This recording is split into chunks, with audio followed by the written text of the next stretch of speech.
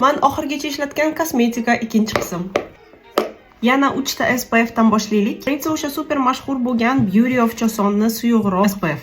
Juda komfortli SPF. Suyuq, makiyaj bilan urushmaydi. Ozgina yaltiragan effekt beradi. Yana qaytib olaman. Ikkinchisi Lagomdan SPF. Bu ham suyuq, komfortli, oqartirmaydi, makiyaj bilan urushmaydi. Buni ham yana qaytib olgan bo'lardim. Lekin bu juda suyuq, juda suyuqligi vashya shikarna. Qarang sivorotkadagi. Lekin UV lampamda qaraganimda himoyasi tez tugab qoladi. Ha, namlantiradi, gyaluronoviy kislota, lekin nazarimda SPF birinchi SPF ni bajarishi kerak. Bu ozgina xafa qildi.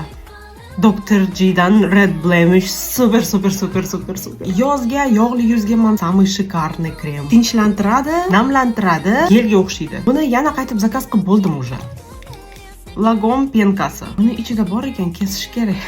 SPF ni yaxshi yuvib tashlaydi, terini quritmaydi. Buni yana qaytib olaman. Bularni esa yo'q. Bu MUS'dan juda ko'p koreyskiy rumyanalarning muammosi uncha pigmentirovanniy bo'lmaydi. Ham juda tez tugab qoldi. Rumyana o'zi komfortniy, juda chiroyli ko'rinadi, lekin boshqa olmasam kerak. MUS'dan tint. Buni muammosi rangi juda chiroyli, o'zi ham juda chiroyli yotadi. Lekin bir pasdan keyin labda rangini o'zgartirishni boshlaydi. Boshqa olmayman. 3-qism uchun esa obuna bo'ling.